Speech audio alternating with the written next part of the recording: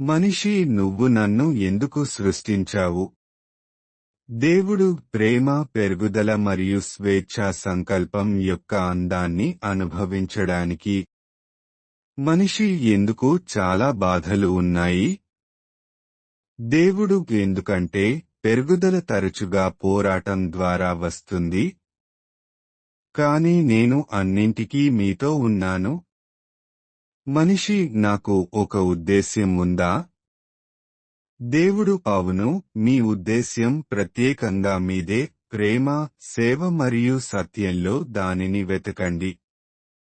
మనిషి: మీరు ఎల్లప్పుడూ నా ప్రార్థనలకు ఎందుకు సమాధానం ఇవ్వరు? దేవుడు: నేను ఎల్లప్పుడూ వింటాను. కానీ కొన్నిసార్లు ఏ సమాధానం కూడా మిమ్మల్ని గొప్పదానికి నడిపించే సమాధానం కాదు. మనిషి: నేను నిజంగా నిన్ను ఎప్పుడైనా తెలుసుకుంటాను.